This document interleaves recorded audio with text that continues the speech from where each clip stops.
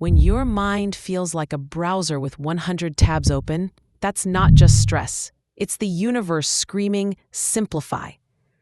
Notice how chaos keeps finding you? That's your sign. First, identify what's draining you.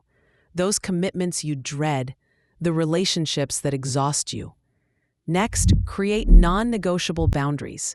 Say no without guilt. Then, declutter your physical space.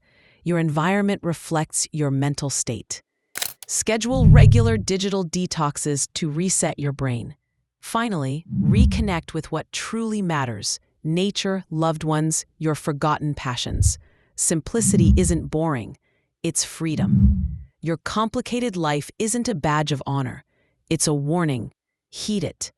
Life can be challenging at times, but always remember, Mother Earth will guide you to a better and simple life. Blessed be.